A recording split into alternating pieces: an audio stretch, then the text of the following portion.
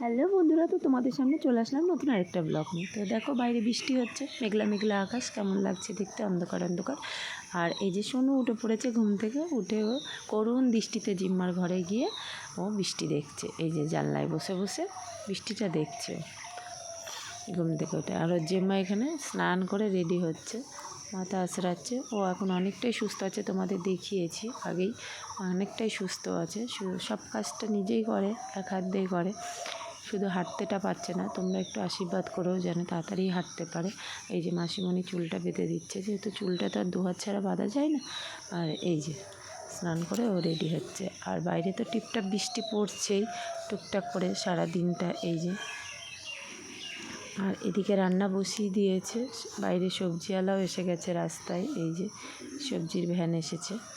আর বাবা যাচ্ছে মাছ আনতে, বৃষ্টির মধ্যে রেনকোট পরে মাছ আনতে যাচ্ছে। তো সবজির সামনে দাঁড়িয়ে আবার সবজি কিছু নেবে হয়তো।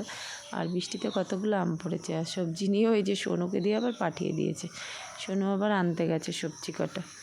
সবজি বলতে ডাঁটা নিয়েছে, লাল শাক নিয়েছে এই। আর এই যে বৃষ্টির মধ্যে ভিজছেও, তারপরে স্নানে গেছে। ও স্নান করতে করতে ওর পার্সেল এসে গেছে। তো টাটা।